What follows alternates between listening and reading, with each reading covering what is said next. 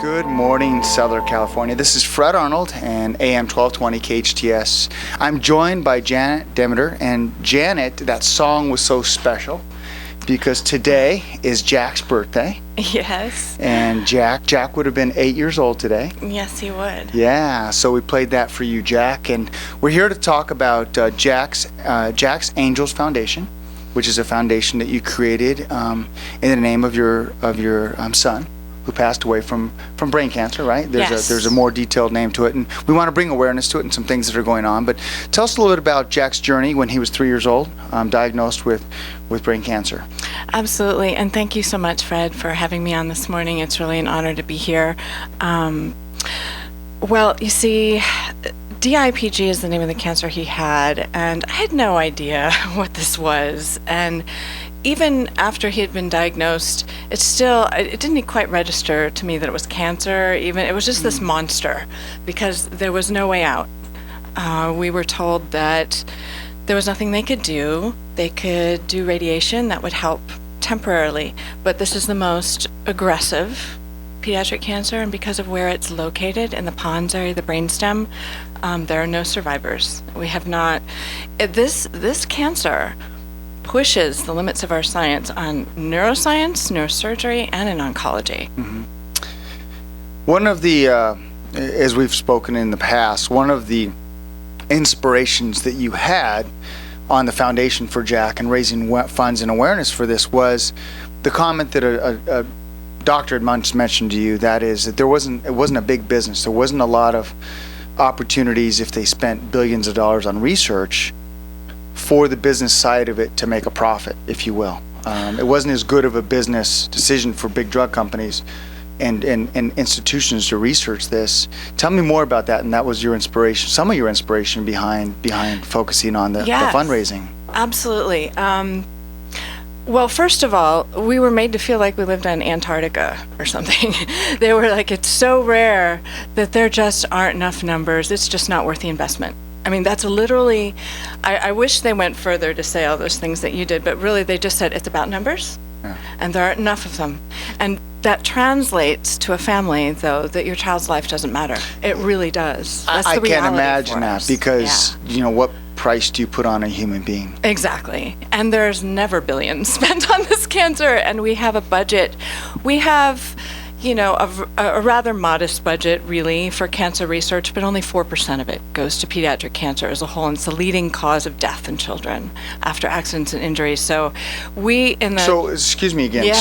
So a lot of money goes to cancer. I mean, yes. We know, and there's a lot of good kids, breast cancer. I mean, I lost my best buddy to pancreatic cancer this year. Sorry to hear that. Yes. But only 4% goes to pediatrics. Really? Yep.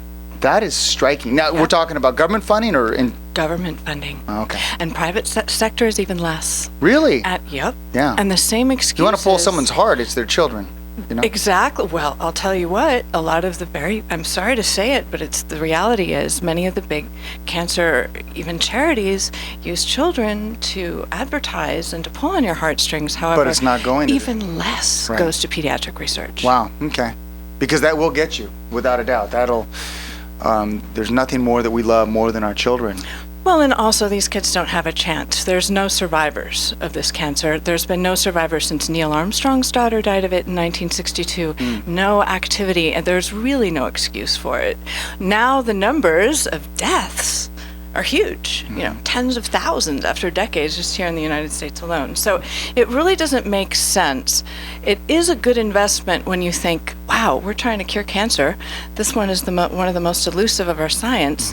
It pushes our neuroscience, our neurosurgery, and our understanding of oncology. It just kind of follows through, gee, do we want to cure cancer? What's this moonshot initiative? You know what's interesting is this might be the holy grail or the key to other cancers. Suppose we attack something, or we identify something, or we discover something that has to do with this particular cancer, DIPG, that leads to something else, Absolutely. That's how a lot of research works. You never know, right? And that's what's so important about it, and your awareness of it. I want to move our conversation to a few things in which you're doing, and that is, I have a little sign back here. I'm going to grab it, and it's Save Our Children, Support HRES 580 6. Now, Congressman Knight is back in this bill. Tell me about the bill. I'll give you a little background. Most of the childhood legislation has died in the past, and it's usually the ones that have had some sort of provision in it to track the funds with NCI, our National Cancer Institute, to see why so little is going to our kids. And a number of years ago, one thing that did come from the Carolyn Price Conquer Childhood Cancer Act was they found that only 3.8%, of course, of the budget was going to pediatric cancer. So 3.8%. That's right. So HOS 586, it raises awareness for DIPG and pediatric cancer in general. It gives all these horrible numbers, which are true, 20,000 years of life lost every year to DIPG. But the 20,000. Yeah. The most important, they lose about 70 to 80 years of life, and multiplying that by 400. There's a steady stream of incidents of this cancer. It's not that rare. I watch a child die of it every day, and parents have to simply watch their child die, helpless, with the excuse of the numbers aren't great enough for investors. That is a lot. Not with our government money. Right. Our government money ought to be purposed for those who are most vulnerable, most needy. These children die without exception. Mm-hmm. And so HOS 586 asks that there be elevated consideration for low survival rates, meaning the deadliest cancers, and also for years of life lost with the NCI research grant process and also with the private sector investments. Wow. Wow. So, and this is amazing because it doesn't allocate. Pete Knight, I'm thinking of his dad. Steve Knight is backing this. It's important that you call Steve and let him know that this is important. Thank him. Yeah. And tell your families, your family members and your friends across the country to ask their congressional representatives to support it. There's no politics behind it. It's bipartisan, introduced, and Steve Knight is our local champion for it. That's great. Let's talk about some fundraising events you have coming on. You have Color Me Mind. I love the guys from Color Me Mind and the whole crew over there. I love taking my baby girl to Color Me Mind once a year. Now I'm going to go twice because they're having this event. Is it a special for the month of September? Yes, because September is Childhood Cancer Awareness Month. And if you go into Color Me Mind and you say childhood cancer, when you make your purchase, they will donate $5 to Jack's Angels Foundation. And it goes through all of September, and they'll be at the Agua Dulce Country Fair and Parade, which is September 17th. Please come out. It's a great amount of fun. Lots of games for kids, but they'll be there with us. They'll be at our booth and can paint there too. It's all about awareness. It's all about supporting those or champion those that are defenseless and need help. Well, this last May was our very first Relay for Jack. And it was. It was. And we raised funds for a really cool, if you're into science and technology, check it out at jacksangels.org. It's called Jack's 12 Pebbles, but it's basically a microchip that helps determine over the course of a weekend the best possible therapy combination for that child's tumor. It's amazing potential, lifesaver for these kids. Don't have much time, so a time saver for them is everything. It's called Jack's 12 Pebbles. Time, an hourglass. Yeah. How important an hourglass is to all of us. And what a reminder. What a reminder. Those that want to find out more information about or contribute to Jack's Angels. Yeah, we're at jacksangels.org. And we also have a radio show, an internet radio show, called Childhood Cancer Talk Radio every Thursday at 1 p.m. on toginet.com.